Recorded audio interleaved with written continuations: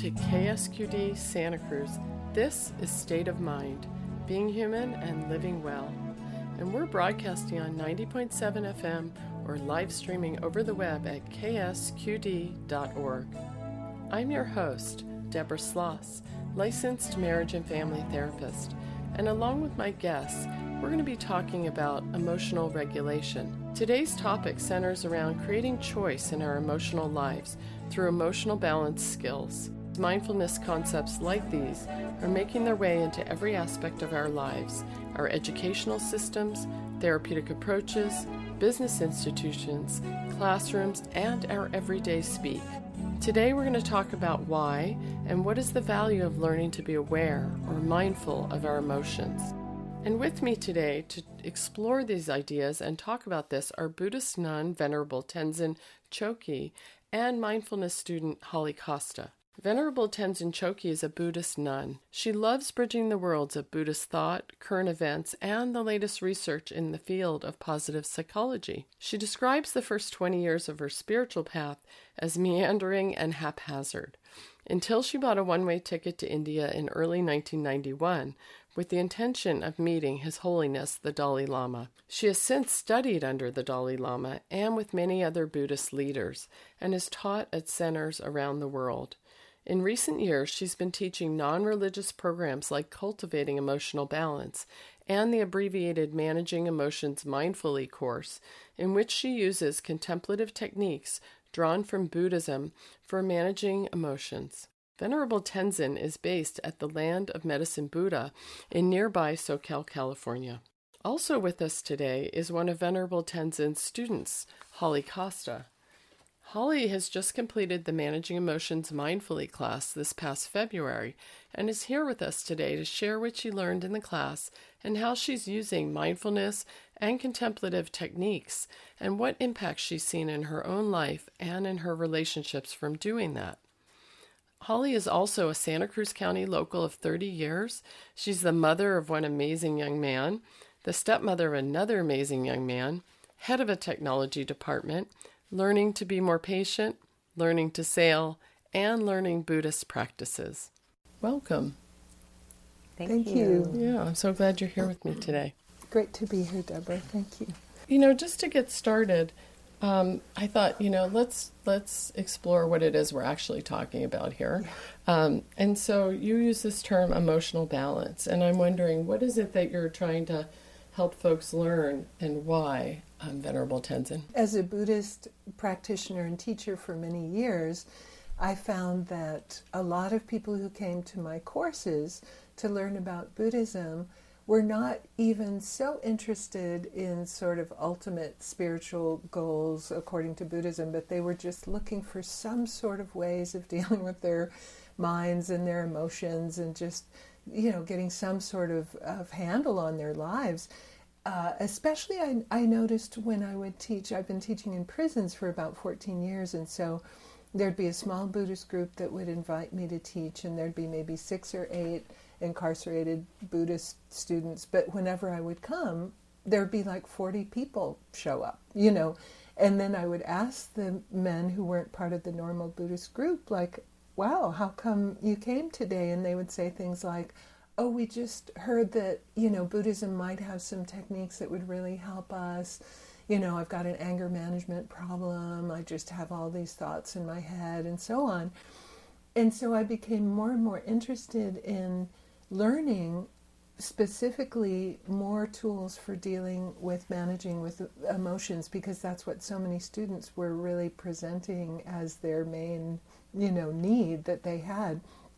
And then I discovered this training called Cultivating Emotional Balance, and I ended up doing the teacher training because it combined Buddhist contemplative techniques with ideas from modern psychology. And so the class that Holly took, I actually called Managing Emotions Mindfully, and it was kind of a blend of some of the information from Cultivating Emotional Balance with some of the more Buddhist perspective on emotions, because I find it quite interesting to contrast the strict, Buddhist philosophical perspective with the Western psychological perspective for dealing with emotions. I think one of the unique approaches in Buddhism, often when we think about our emotions that are difficult or might even be disturbing or destructive, we think we either need to suppress completely or we just need to act them out, like let them out, or else you'll get cancer or something.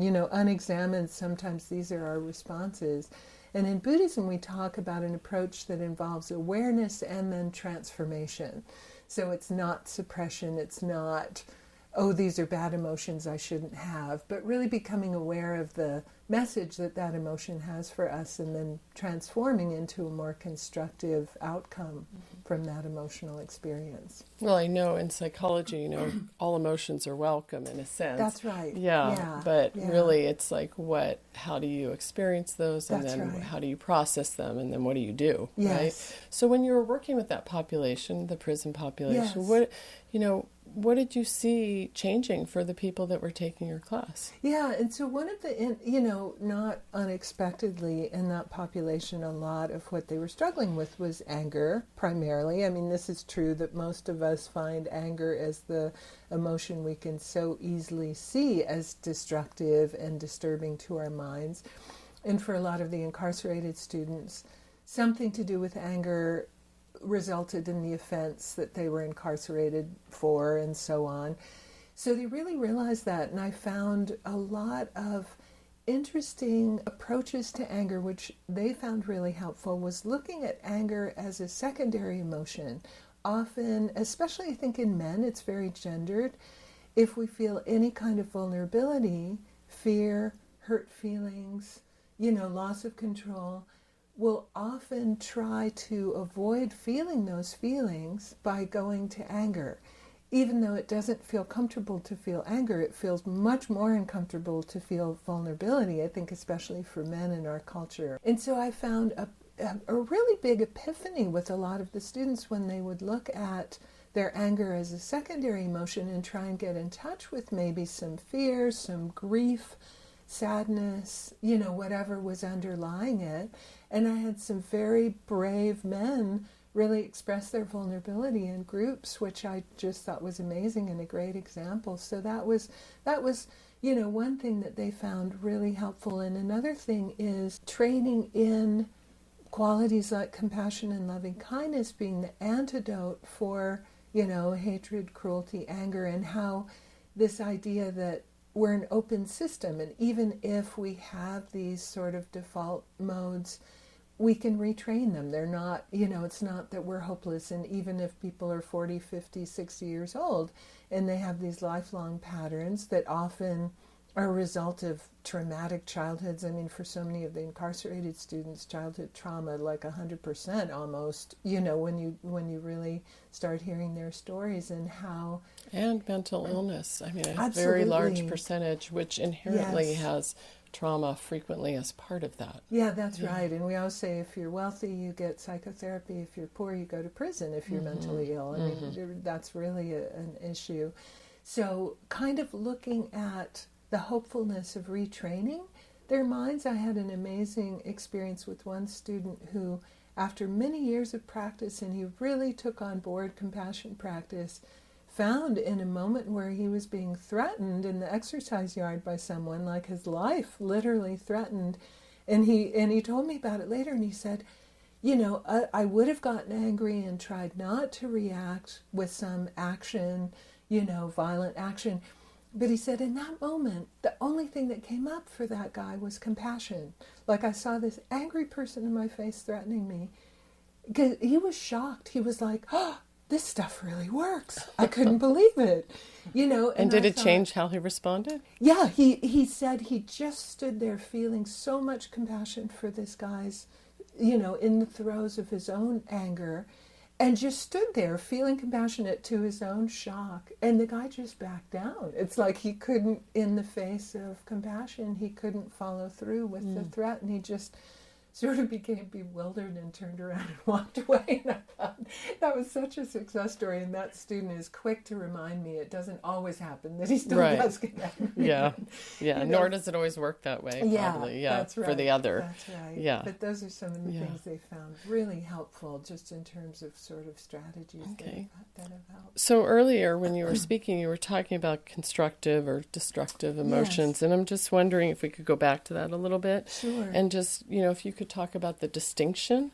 What is the view you have of those, and is it a Buddhist view, or is it? So one of the things that I learned in the Cultivating Emotional Balance teacher training in this view of emotions is kind of getting away from this language of negative and positive emotions, right? Because that's more subjective. It's like, does it feel good to be experiencing them? There's a bit of a value judgment to that, like, oh, maybe sadness and anger and fear are somehow a negative emotion to feel.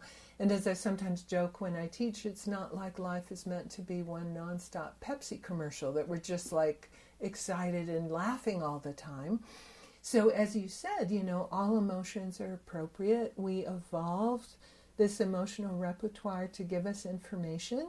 Emotions are an immediate reaction to our experience and give us really useful information. So we prefer to use the language constructive and destructive. And we say all emotions can be either constructive or destructive. So it's more about, does it lead to your own and others' well-being? So you're saying that all emotions can be either of those things. They don't just fall into one category or the other. That's right. So no emotions are really considered all destructive. Yeah, that's right. And none are considered all constructive, including happiness? Including happiness. We can laugh at the expense of someone else, which can be really destructive. I think we all, think of middle school, cliques or something, and somebody's laughing at you. That's an enjoyable emotion for them, but can be very destructive, not only for them ultimately, but for a relationship and so forth. There's the German word Schadenfreude, which is like taking delight in others' misfortune. So just because something is enjoyable does not mean it's beneficial and constructive. Mm-hmm. And conversely, for example, I use the example often of sadness, and I say, sadness may not feel good, but the evolutionary function of sadness is to elicit connection and comfort in the face of a shared loss. So you think of going to a memorial service. It'd be totally inappropriate to be like giggling and laughing all the time. Of course, sometimes there's laughter as you're remembering stories of the person. But that's when sadness, really fulfills that function of really eliciting comfort.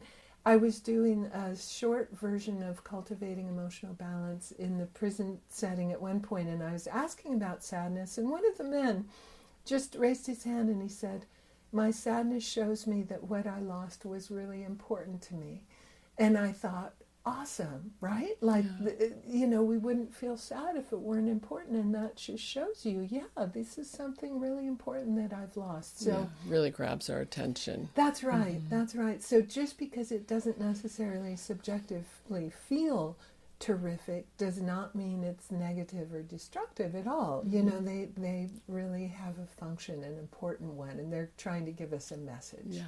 Yeah. Well, we're so fortunate because we have one of your very recent students here with us too, Holly, who is just trying to integrate a lot of this information and this new way of seeing things into your life. Could you tell us a little bit, Holly, about what made you sign up for the class in the first place, and what were you hoping to get out of the emotional balance class? Yeah, well, I was actually I was in a place in my life where I just felt like emotions were like this roller coaster that I was always on, and I didn't feel like I had any control over it, and it was just sort of sweeping me away. And then I would sort of run around behind the roller coaster doing damage control in my life. And I was thinking, well, there's got to be a better way. I'm not enjoying this. This is not constructive. And so I had a counselor actually who taught me a little bit of metta, loving kindness meditation. So I was open to some ideas of Buddhist practice. And then just lo and behold, one day I was, flipping through Facebook, and the Land of Medicine Buddha posted this Managing Emotions Mindfully class, and I went, oh, that's just perfect for me. And I, just didn't even think twice. I signed up for the class and put it on my calendar and started showing up and learning. Wow. So you bravely signed up, not really knowing exactly what that was going to be about or how it might affect you. And, what did you see yourself taking away from the class, either right away or did it take some time after? Right away, I felt like I was off the roller coaster. I just had, I had a plan, some tools, a different way of thinking. Mm-hmm. And with some practice, it is something that has to be practiced. But I've been practicing the tools, and I feel a lot more present in my life. I don't feel like I'm all over the place or on a roller coaster. I feel happy, like real genuine joy, and I feel good, just good. And lots of people that deal with mental illness or emotional imbalance and things like that, you would know that feeling good is not something to take for granted. That's not a small thing. And what was it like for you to really start to examine those emotions that were, as you said, kind of, you were just holding on to the tail of them as they kind of whipped you around your life, right? Yeah. So yes. What was it like to actually take that out? Some people, my experience has been that they're sort of frightened of that. Well, I was sitting in a class, and I was listening to Venerable Tenzin Chogi talk about emotions, explain emotions, and explain some of the toolkits we would be learning together. And it was like a light bulb, it was like lots and lots of aha moments where, things that seemed so simple and practical, but were really powerfully effective. They were just, opening my mind and giving me just a lot of hope. Do you remember any particular moment that you might want to share from that, like that where you had one of those aha moments?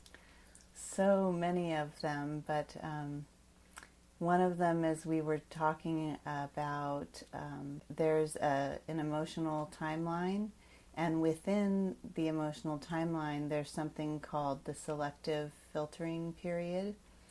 And we practiced, we learn all about this timeline, and we practiced running different scenarios through it, and then I, went and practiced it at home.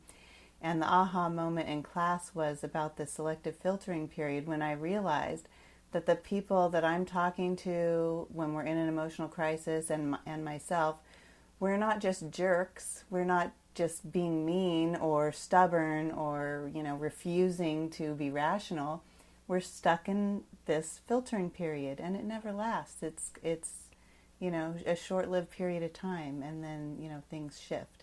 And just to know that this is a natural part of an emotional cycle, and that it's going to end, and that was just amazing for me to learn. That sounds a lot like when the prefrontal cortex, when you're thinking, your sort of rational brain goes offline. Right. Right. Because the emotions fire faster That's and right. more intensely, and so they kind of take over. Yeah. And you can't possibly, problem solve in that moment. That's right. Is that what you're kind of working with in this Yeah, so idea? this filtering period idea says, when you're in the grip of an emotion, and it was evolutionarily beneficial that any new inputs are going to be kind of filtered through that emotion and just reinforce that emotion. And you can think about when I use the example of you're walking down the street to the subway stop and you're mugged, held up at gunpoint. Well, for the next 2 blocks, maybe you've been walking along in a good mood or whatever. For the next 2 blocks, because of that experience you had, you're going to be hypervigilant, and any leaf blowing down the street is going to trigger a response of threat, which helps save our lives. Like we're evolutionary hardwired for that.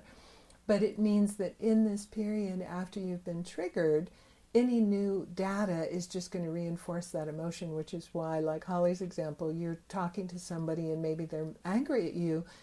You're so confused. You keep trying to apologize and they're not listening to your apology, and you realize they're still in that. KSQD thanks Family Service Agency of the Central Coast for supporting this program. Family Service Agency provides counseling and support for people of all ages facing life crises and challenges. You can reach them at 423-9444 to see if they can help you. Thank you, Family Service Agency of the Central Coast, for supporting KSQD 90.7 FM. This is State of Mind, being human and living well. We are also live streaming over the web at ksqd.org. In case you're just joining us, I'm your host, Deborah Sloss, and today I'm here with Buddhist nun Venerable Tenzin Chogkyi and mindfulness student Holly Costa, and we're discussing the creation of more choice in our lives through emotional balance skills. Back to the interview. So as you were saying, Venerable Tenzin, how important it is to take those breaks. And, it's been my experience what you do with the breaks makes a huge difference, right. though, because if you spend the break just making your case, yes, things don't tend to get a lot better. So what kinds of things are you trying to teach people to do with those breaks? Yeah, so sometimes we differentiate and we say, take a wise break. So that means don't just storm off and slam the door. Communicate with the person that you're in conflict with. Hey, I just need some space right now. I'll be back in 3 hours, or, kind of set a time limit.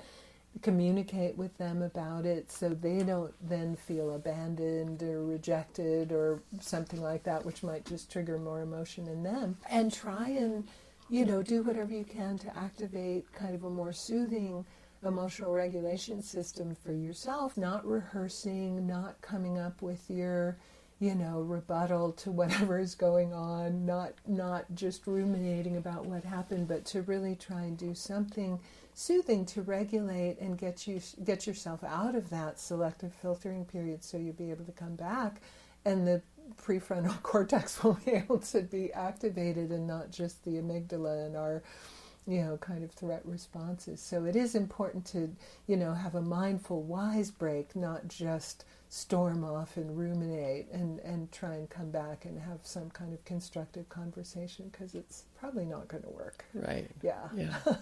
So you use that example, Holly. Did you find yourself using that in many places in your life, really learning to be aware of that filtering system and then what did you do different once you became aware of that? Well, the understanding and practicing the emotional timeline is all about awareness and transformation.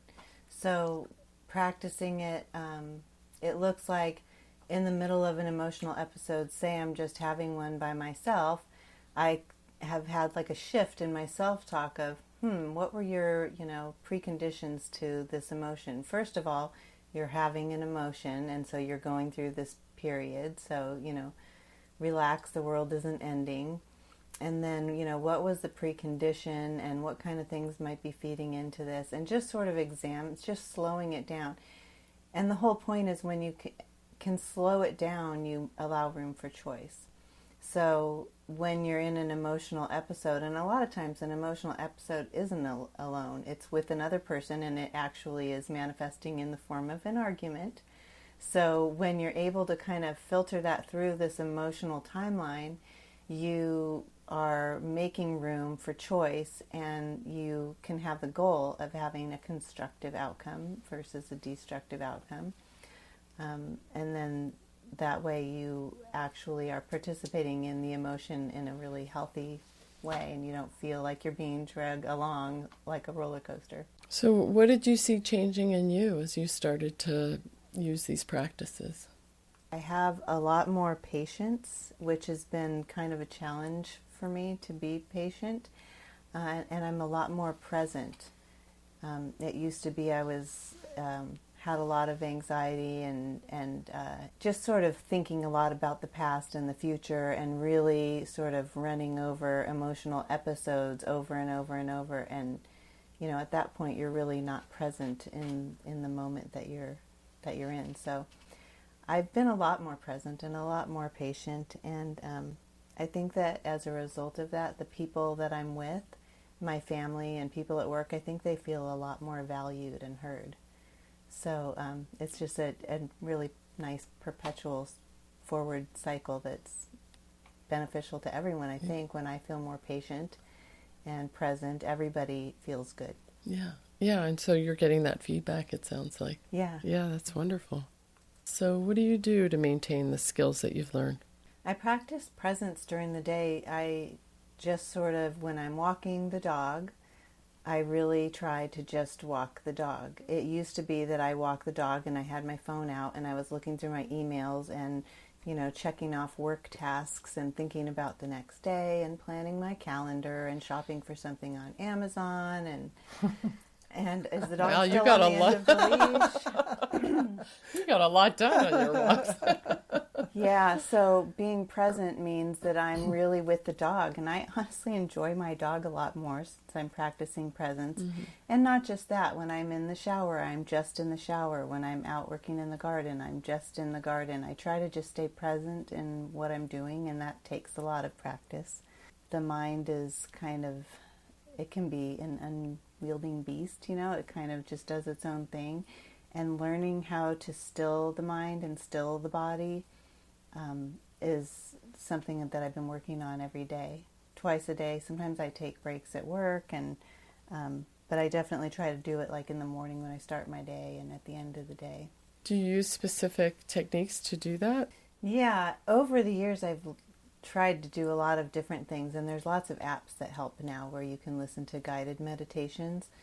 But what I've learned to do that's really helping is to do breath awareness. So when you're meditating, you just kind of take a few deep breaths, you in through the nose and out through the mouth, and then you just sort of settle and in a comfortable, alert position. It's important that you're, not laying down and falling asleep while you're doing it, because you're training your mind, so you need your mind to be alert.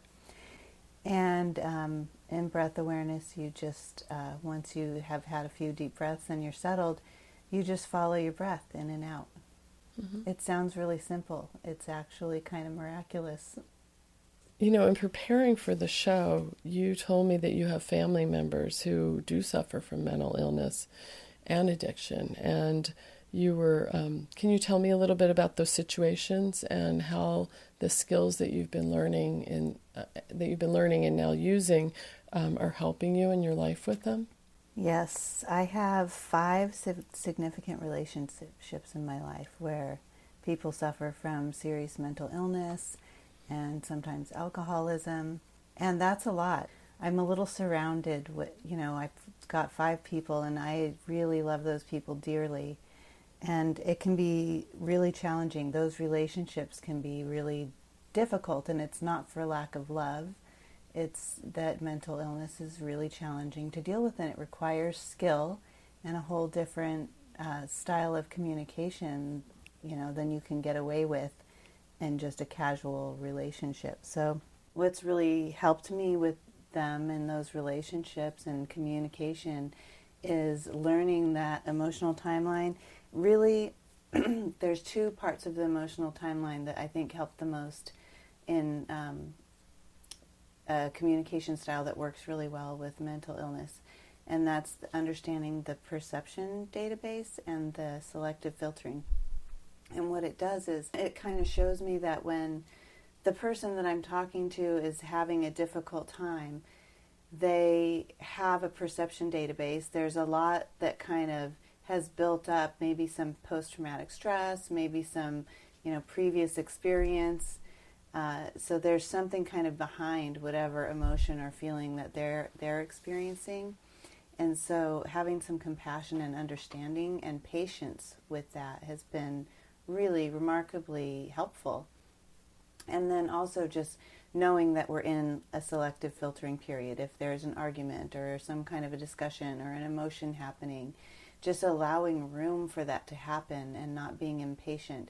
One thing that I've learned in dealing with the people in my life that suffer from mental illness is that they're already suffering a great deal, and impatience added on top of that is really painful. And so learning the emotional timeline, having compassion for their own, perceptions and preconditions, and then just giving some room and some time and patience to allow things to process makes a huge difference. It's interesting you say that. One of the things I do on the side is some training with NAMI, National Alliance on Mental Illness, and our local law enforcement. And probably when I think about the biggest thing that we are trying to convey through those trainings is slowing it down and being patient. So it's interesting that you say that, and that the outcomes in interacting with our citizens who are suffering from a mental health episode, the outcomes are so much better if they can bring just patience and slowing it down to the situations. Yeah. So much better. Yeah. It's amazing. If you practice it, you can just see them kind of take a big exhale right in front of you. As we're talking about mental illness, it makes me think, people listening might be thinking about this would be a good program or class for their loved ones or someone they know. Do you have a sense about who most benefits from this kind of a class, and who maybe it would not be a good fit for? Yeah, and that's a great question. I think, the titles, the Managing Emotions Mindfully is kind of a shorter version that we do, and then there's a full 42-hour training called Cultivating Emotional Balance, and I've been teaching that with two co-teachers for about 5 years, and one of the things that we found is, I think because of the name, Cultivating Emotional Balance, sometimes people who are under treatment for some mental illness or having some kind of an acute episode will come. And so we really emphasize that the program is educational and not therapeutic, and I think that's really important. It's not group therapy. It's not, we don't have enough time. And quite frankly, I'm not a psychotherapist. I'm a Buddhist nun who's interested in emotions, but I don't have the training to deal with people who are actually in some sort of crisis, especially, or have some kind of acute thing going on. One of the things that often happens that I found even before teaching this class, just teaching in Buddhist contexts, is that people would come and think, oh, meditation is going to cure me. So they would come to maybe a meditation retreat, go off their meds, just decide a week of silent meditation is going to fix me.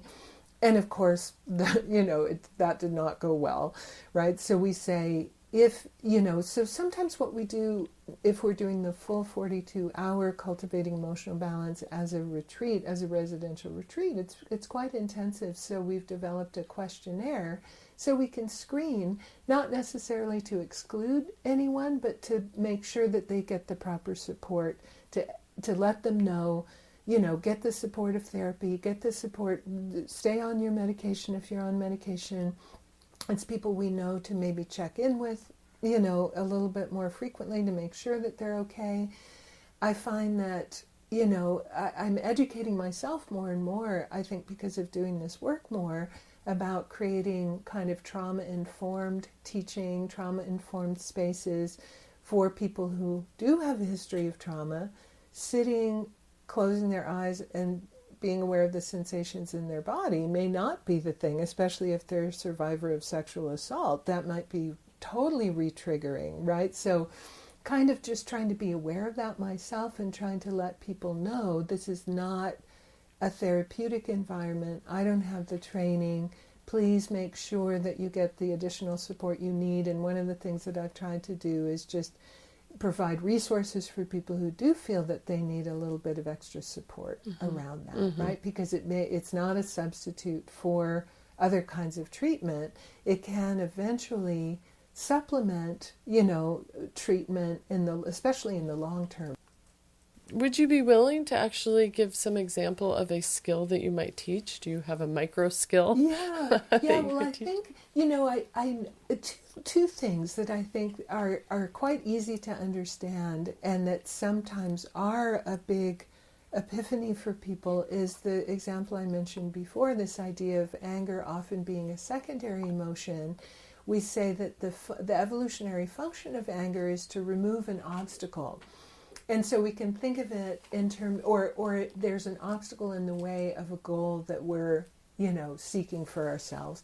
And a classic example would be like road rage. It just comes up, like somebody cuts in front of you, and it's just this evolutionary response of like, there's an obstacle right there, and immediately, and it's not, you'll be 5 minutes late. It's not about like the effect that it will have. It's just about an obstacle in the way. So when I was first teaching or first studying the cultivating emotional balance in the teacher training, I asked Dr. Eve Ekman, who is the trainer, hey, what about the thing about anger being a secondary emotion in terms of its function to remove an obstacle? And she said, oh, the obstacle you're removing is some experience of vulnerability. And it was like, wow.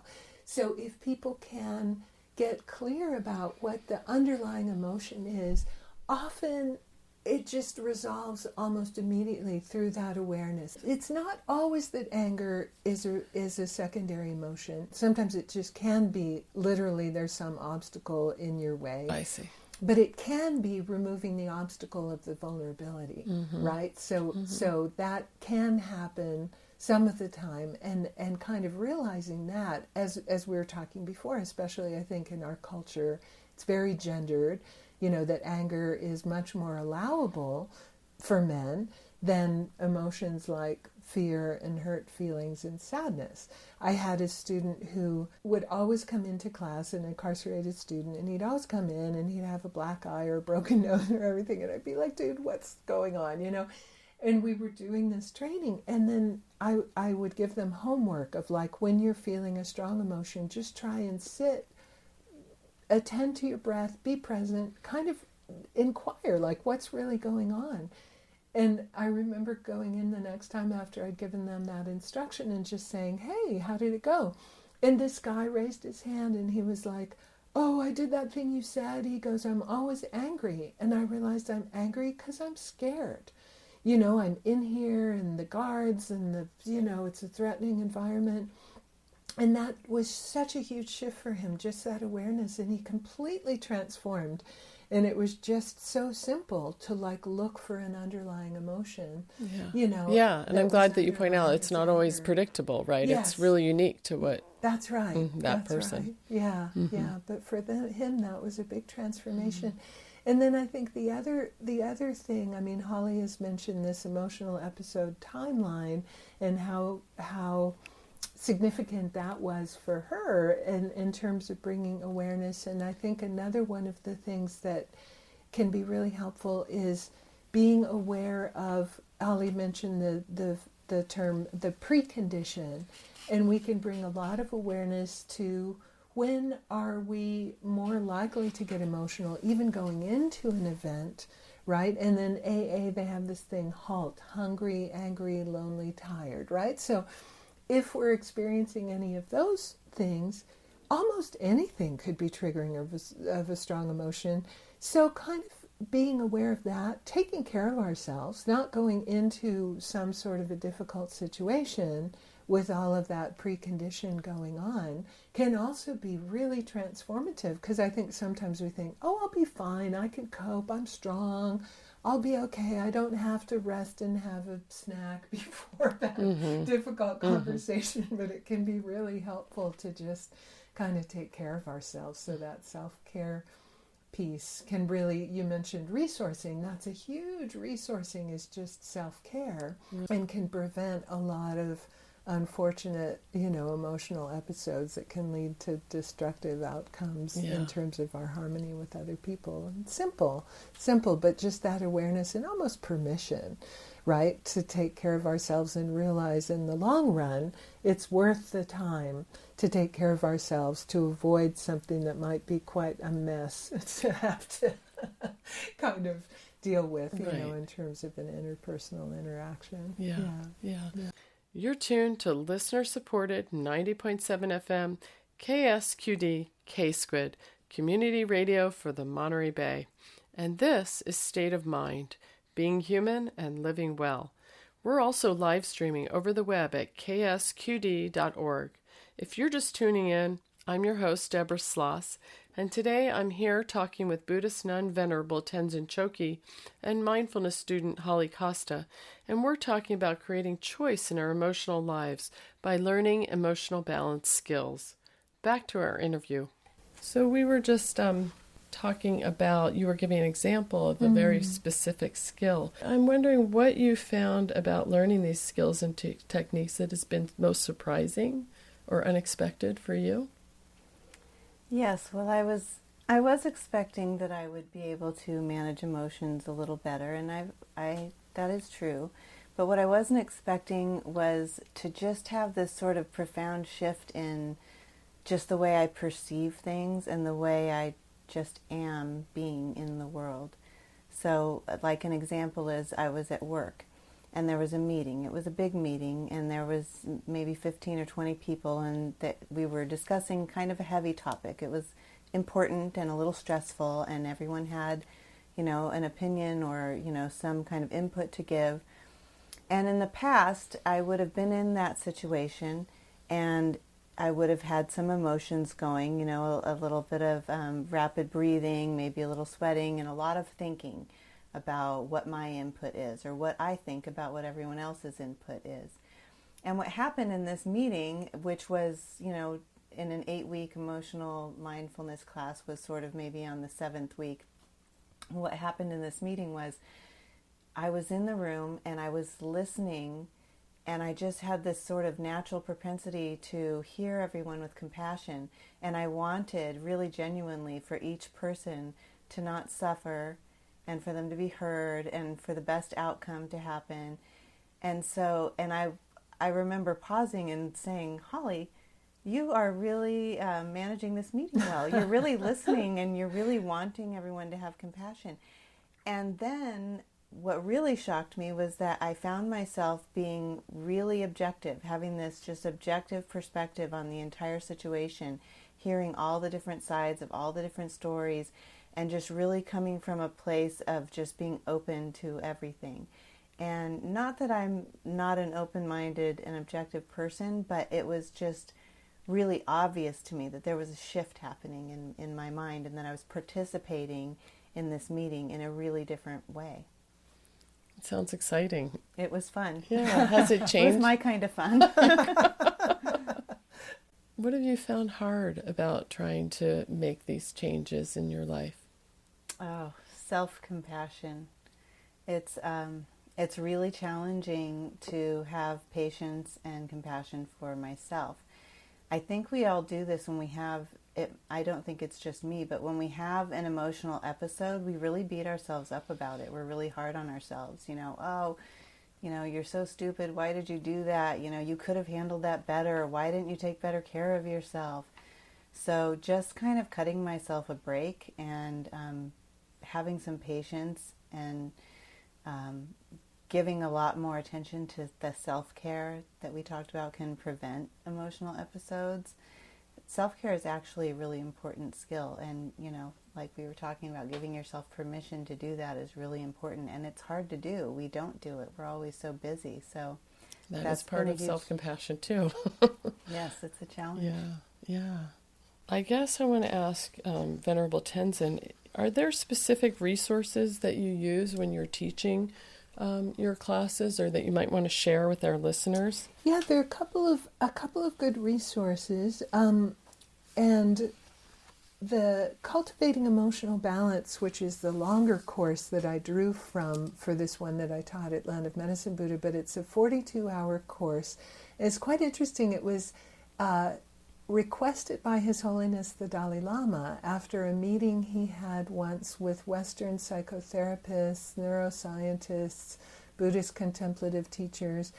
And His Holiness said, it would be so great to have a secular training using Buddhist contemplative techniques for managing emotions. And so that was kind of the source of the longer Cultivating Emotional Balance, which is a 42-hour course. It's available as an online program. We do it sometimes here in the Santa Cruz area.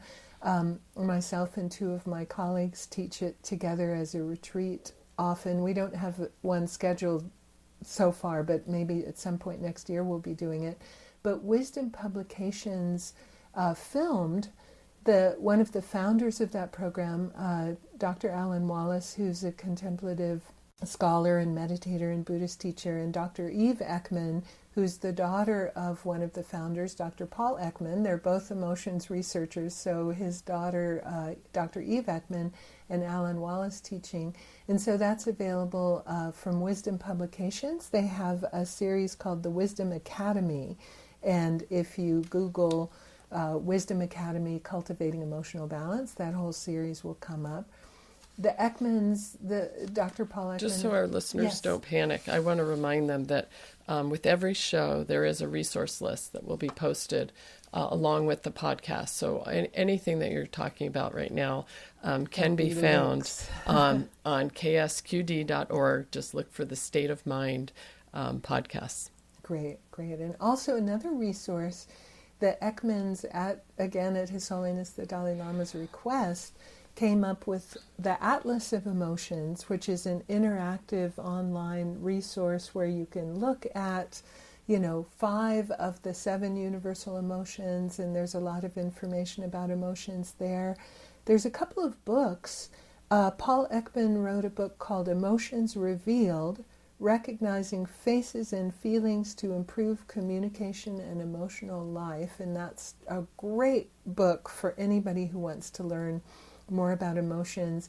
And one of his kind of breakthrough findings in his research was that there are these universal facial signals of 7 emotions that are found across cultures for all human beings. And this was kind of a new idea when he did his research in the 60s, and he went to an uncontacted tribe in Papua New Guinea and found that the people in this tribe had the same kind of emotional expression.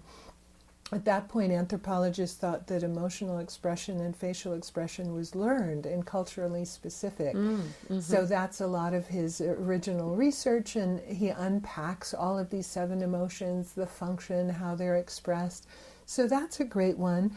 And then Paul Ekman and His Holiness the Dalai Lama had a dialogue that's been edited into a book called Emotional Awareness, Overcoming the Obstacles to Psychological Balance. And that's a great book for bringing together some of the Western psychology and the Buddhist approaches.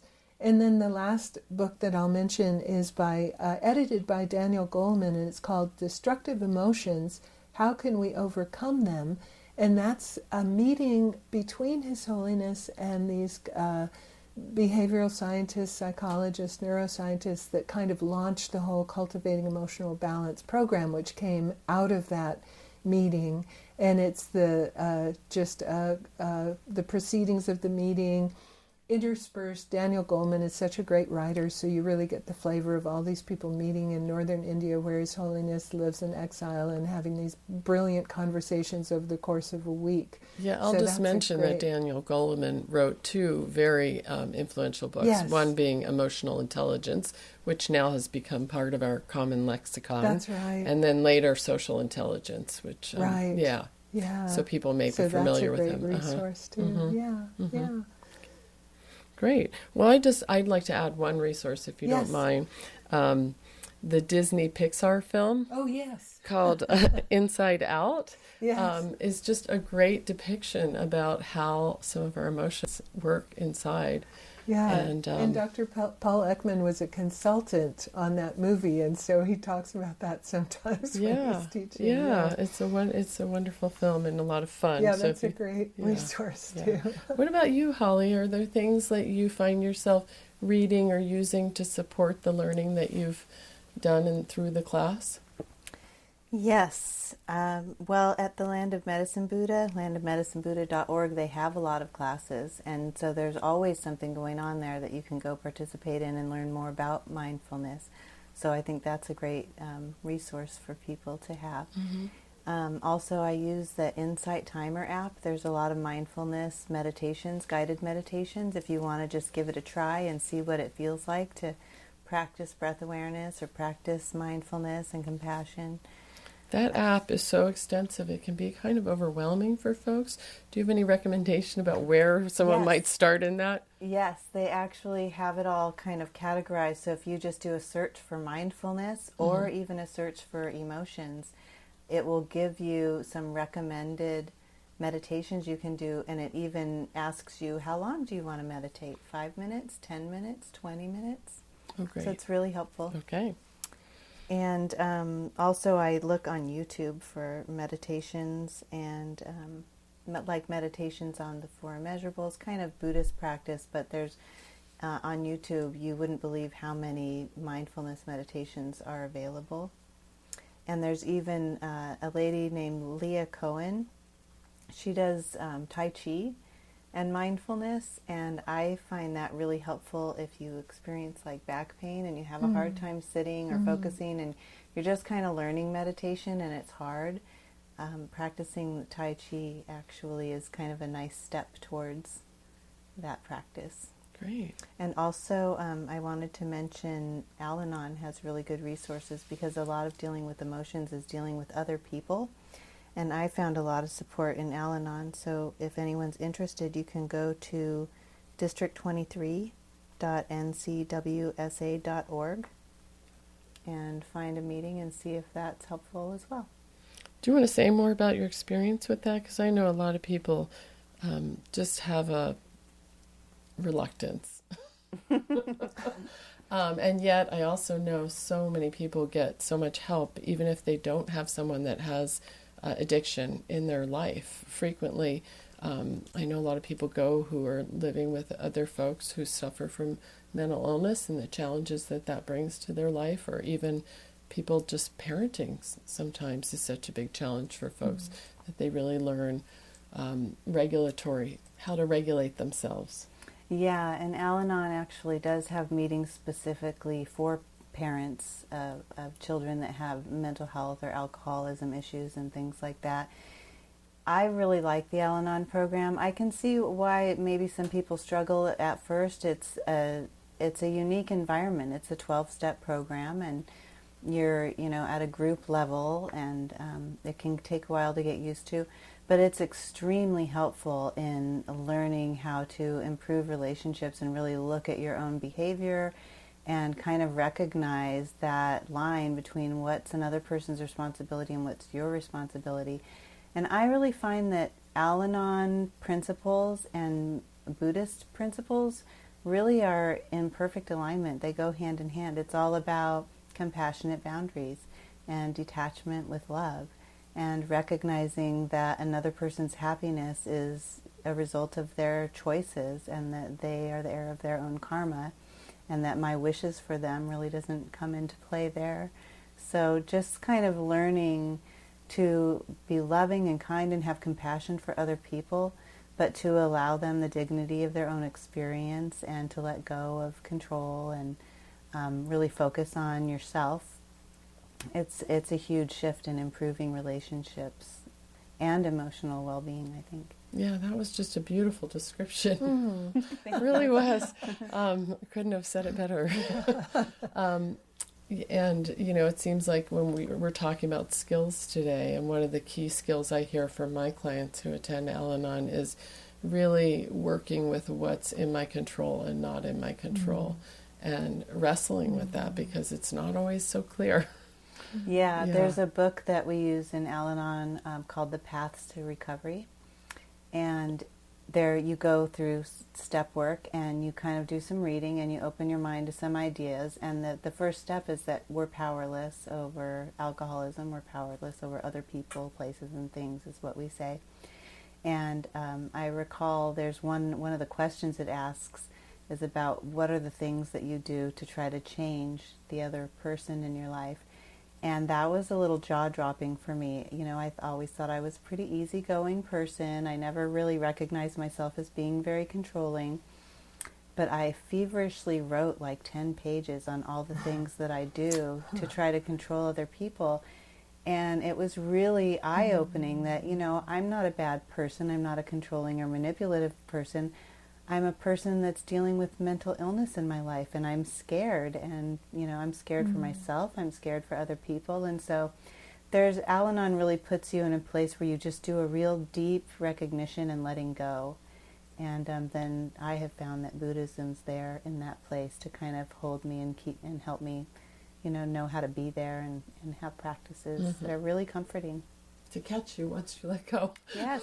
I like that image. Beautiful.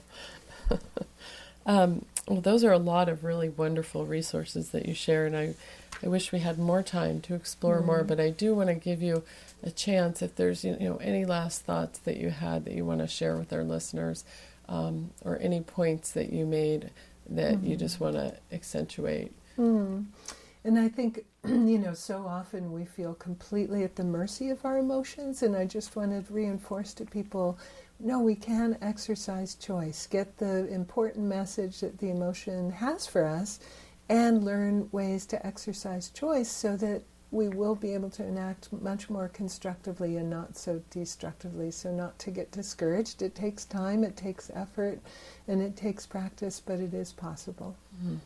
And it takes acceptance of it. Yes. Imperfection. That's right. Very Even after all the practice, right?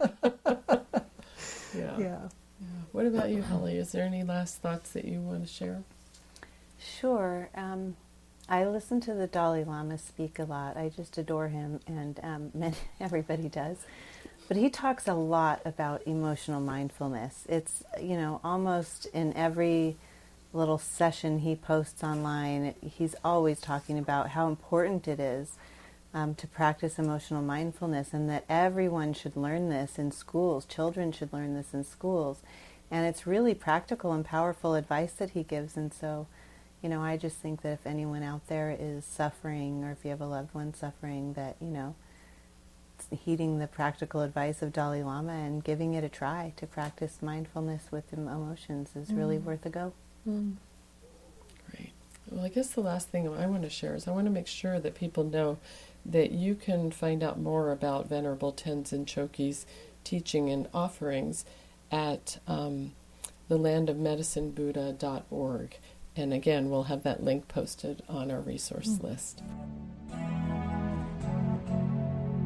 I just want to thank you for joining me, both of you, so much for coming in. Thank you for inviting us. This was so much fun. Such a gift. Thank you. And thank you for joining us here on State of Mind, Being Human and Living Well. I'm your host, Deborah Sloss. For more conversations about mental health and wellness here on the Central Coast, join me on the first Sunday of every month from 6 to 7 p.m. right here on K-Squid 90.7 FM. All State of Mind shows seek to educate by featuring personal stories of mental health recovery and wellness, and the sharing of resources. So if you have a topic idea or you have a story to share, email me at debra.stateofmind@ksqd.org. Special thanks to my co-producer, Lauren Find, for lending her technical expertise along with her general wizardry to help bring this show to you. And also thanks to acoustic guitarist Adrian Legg for composing, performing, and donating the use of our theme music. If you like what you're hearing, help us keep it going and go to the donate button on our website at ksqd.org. Donations of any size do help. Become a supporting member, or if you have a business, consider underwriting a program and go to the support navigation tab at ksqd.org. You can also find more podcast episodes of this show there by typing State of Mind in the search bar. This is listener-supported community radio for the Monterey Bay, KSQD Santa Cruz. Just remember, 90.7 FM, K-Squid, your ink spot on the dial. Stay with us.